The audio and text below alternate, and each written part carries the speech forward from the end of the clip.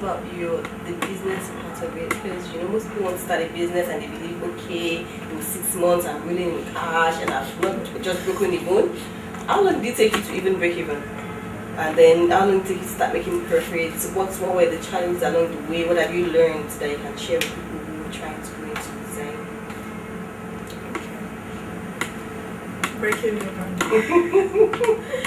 Well, breaking even probably took 4 or 5 years. Oh my! Wow.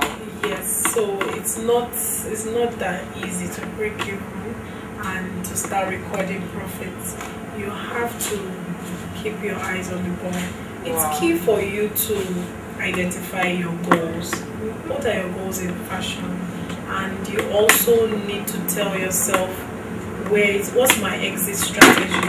At what point do I want to, if this doesn't work out, at what point? You need to be realistic. Do you have children? Are you single? Are you taking care of your parents? You just have to look at it. But most importantly, start where you are. I think that's the most important advice. I'll say start where you are, because it allows you to use the resources you have at your own disposal to try and grow them into something. If you try and reach further than where you are going to land in a lot of trouble if you are not careful.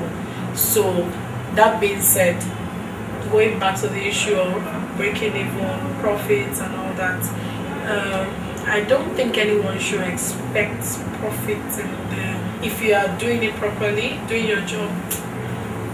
It's hard to say, but not in the first 3 years. I don't think so. And you need to ask yourself, do you want a physical location? Do you want to work from your home? So even if you're working from your home to minimize costs, you should be saving towards a physical location. You can't say you are making profit if you don't have a particular. So profit comes over time. Take your mind from there, and that's where you have to have a support system. That's where you need to just ask yourself the real questions. And are you going to be provided? Do you want to be able to couture, where you know that the clients will only come few and far in between? But if that's what you want, what is feeding you? Do you have a day job? So you have to determine these things. Do I want to do the things that people will buy and pick up immediately? What's my goal in fashion? Really ask yourself. It really is. You need to ask yourself the real questions and tackle it from that point. When you started, did you have that information? Did you actually sit down and realize that you're going to take like almost 4 years to start reaping your money? Did you have that information? And if you didn't, what was that deciding factor that kept you going? That thing that kept you in there and not say, you know what, I'm done with fashion design? My approach was a little bit unconventional. I knew if I saw the figures I would be discouraged. It's not, I don't think it's a good thing to do, but I had to do it to survive. I wasn't looking at figures. I continued to invest blindly in my business. I continued to lose money. I wasn't looking at the data. I deliberately did not look at it because I felt that would sway me away from my business, from wanting to stay in the business. But at some point I was forced to redress and say, okay, almost everything is gone. You've sold almost everything you own because you want to stay in this business. No, this is where we need to, ask ourselves the firm questions. Am I still going ahead? If I want to, in what direction am I going? Well, good advice will be honest with you. Be honest with yourself. Don't do what I did. I felt I would be discouraged. I was too desperate to be a designer. Yeah, I wanted to be a designer at all costs. But the costs were evident to me after a while. It's important to do the costing from the onset. Sit down with an accountant if possible. If you can't, sit down by yourself. Articulate your needs. Try and articulate you may not be able to deal with the your growth needs, but at least in the first year, what do you need? And as you go on month, just check what you are doing. It's bad to go blind. I probably would have done better sooner if I had consistently checked on what you're doing. Yes, but we're all fighting our demons. I was fighting my own demons, telling myself I wanted to be a ready-to-wear designer. I just like the appeal of being dissociated from your brand. I wanted the brand to exist, and I'm the owner. I didn't want to be the day-to-day designer, deal with clients, deal with this, deal with So was that what turned around your business? Was it when you took that step to? Yeah, it was when I personalized my business, when I moved closer to my clients, when I decided to put my own self into my business. It became way better. I got more involved.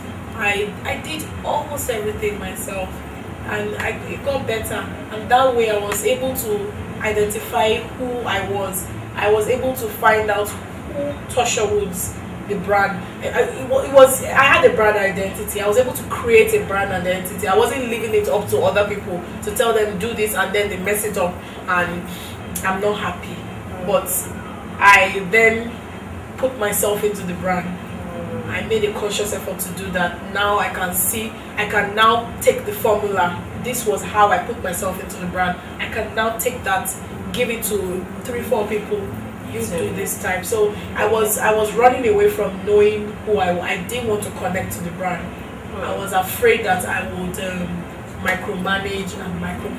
So in the light of being, I'm not a micromanager, I was doing myself a disservice. Okay. So sometimes you have to micromanage, especially when you're starting out. Yes. Up to a point where you can identify what your ingredient is, what your recipe is. When you know your real recipe, you can reproduce tens and hundreds and thousands of yourself. Yeah. That's interesting. And grow record time, and people think you haven't done anything. Okay, so hopefully somebody out there has listened to what you said and definitely make that change in their business. Okay, I want you to share with us 2 bad experiences you've had. One, as it relates to that point where your business was still struggling, and at that point where you almost gave up. I don't know if you ever had that point during the time where you almost gave up. Points, I'm like, never, I'm not coming to work never again. That's just never. That's just and one the next morning I wake up and okay, let's go. Oh, okay. And then another experience I'd like you to share with us, maybe from the other hand, relating to customers, because I know your business revolves around your customers. They make your brand. So I'd like you to share 2 of those experiences. The one about when you were struggling with the business, and the other some experience. Okay, when I was struggling with the business, you to an extent one has this people pleasing kind of spirit at that stage.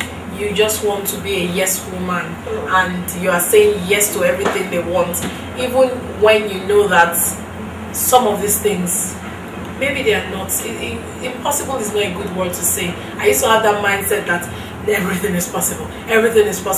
But the thing is, sometimes you need to be realistic. So I went from always saying possible to realistic. And one major experience I had with a client was she wanted a color that was really hard to find. Okay. And she was on a strict budget, a very very lean budget, and we had to go above and beyond to make it happen. We weren't working with a lot of information. It was as bad as working with word of mouth. She looks bigger than her friend.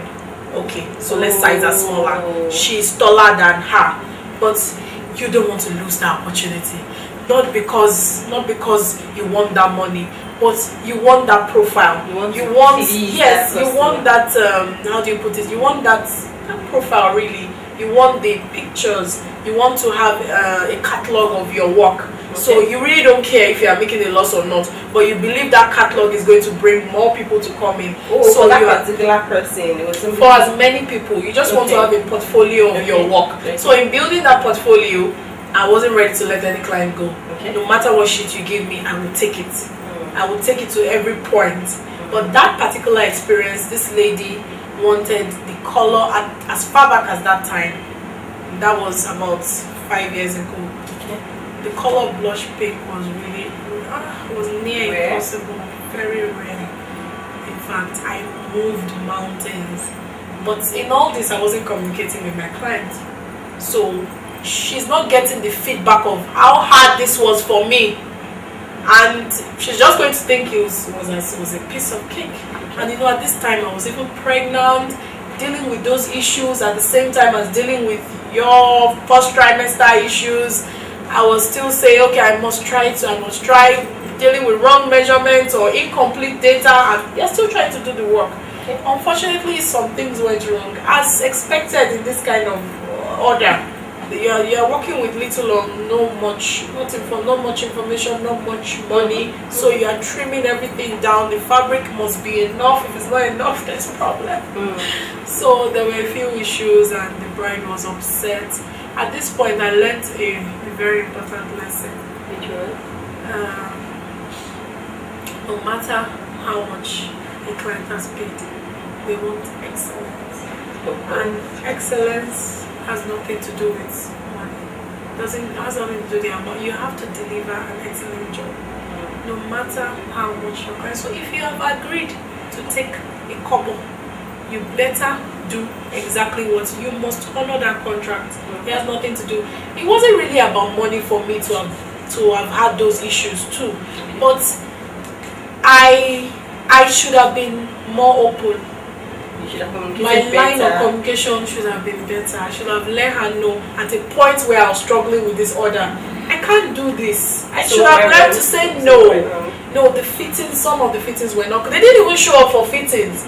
So many of these dresses were just sent to them, and on the wedding day, these girls are wearing these dresses, and some they weren't that bad. Honestly, I have pictures of them. They were okay, but she's expecting something that's off the rack, forgetting that even when you buy things off the rack, they still have some alterations on them. But if I had managed better, if I had communicated better, explaining that you have to come for a fitting. If you don't come for a fitting, I'm not held liable. I had no policies, I had nothing, no rules. I should have told her those.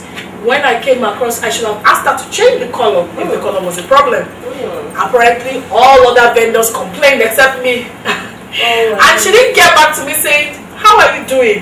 How come you are the only one? You understand? You are telling everyone is telling you that this is not available in your color, that is not available in your color. But there's only one Tosho Woods that is saying, we can do it. We can do it. Of course, she thought we can do it. Till we ran into so many issues, lining issues, blah, blah, blah. We ended up resolving many of them. At this point, the fit was the only issue. Some of the fits were off. Not completely off. They were a bit off. But when the client starts raging and is angry, if I was more realistic with myself and I hadn't taken on too much than I could chew, I won't get to an emotionally nerve-wracking point. I was a mess. I took it to a point where I could have lost my pregnancy. It was that bad. You started crying? I was not just crying. I was all over the place. I was raving mad. I was screaming. My husband had never seen me in that state. But this was because I had been too emotionally invested in that job. I felt as if I had to do it. No, it's not that difficult. If something isn't going well, it's just not meant to be. Move on. If a person's order is too difficult to be, I'm not asking you not to take challenges, but there's a fine line between taking on challenges and trying to do the impossible. It just doesn't make, sometimes it doesn't make sense. So at that point, I didn't know. I did it to a point where just one bad comment, she had a way of saying it. I couldn't take it. So I learned better. From then, honestly, it was an expensive lesson. It was worth it. I understood how to stand firm and to always advise your clients. Your clients don't know. Honestly, they don't know. And even when they know and they're only trying to con you, it's your job to re-educate them. This is what your order entails. Why do you want to cheat yourself or something? This is what your order entails. Be brave about it, even if you feel you are going to lose the job. Honestly, it's better to keep a good reputation than have a job that gets botched and they said, in fact, the story, nobody's going to hear the whole process. They will only hear that this person spoiled this or that went wrong. So it's key to re-educate your customers or educate them. Have policies, put policies in place. Have a checklist of things that you need to have in place before you take on a job. Yeah, have a checklist of things you require. If I require measurements to be complete before I start, you need to let your clients know. If I need a 70% deposit, you need to let them know, and you stick to it. Yeah, and if your policies they must fit, let your client know, and if they don't fit, you let them know that you're not liable to any issue. So it's very important, and don't be afraid. Fear can be so now I can see that you're really into it. Let me deviate a bit. If you weren't a fashion designer as we speak, what other vocation do you think you'd be in, or what other profession do you think you'd be in? Interior design, teaching. Teaching, what does that mean? I'm not sure of the subject, but I like teaching. So these are things I like to do. I probably would have stayed in investment banking. I really enjoyed it at that time. Yeah. Those are the areas. I've done a lot of things. Future plans to try and standardize our work, to get better, to go international, global. Ooh. Yes, those are our dreams. So, but you're international. I see a lot of brides in yes, the UK. we want it to be a standard. We want to have an outlet internationally. Okay. Yes, we want to be able to be identified in other countries, really, other African and American, in the US particularly. We have quite a fan base in the US, yeah. So let's see. It was so much fun hanging out with you. And then we got you a little gift here from House of Rabisor. Thank you, House of Rabisor. Ooh, pretty. Yeah. Thank you. So yeah, you have it. That's the end of the interview.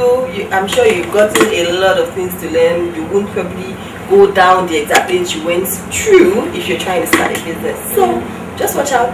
Next time we're going to be bringing you some other Ladypreneur to share with you their journey. Thanks for watching. Bye. My name is Zainab Opeluye, Creative Director of Tosho Woods. I'm a Ladypreneur and I'm hanging out with Dayo from House of Rabisor.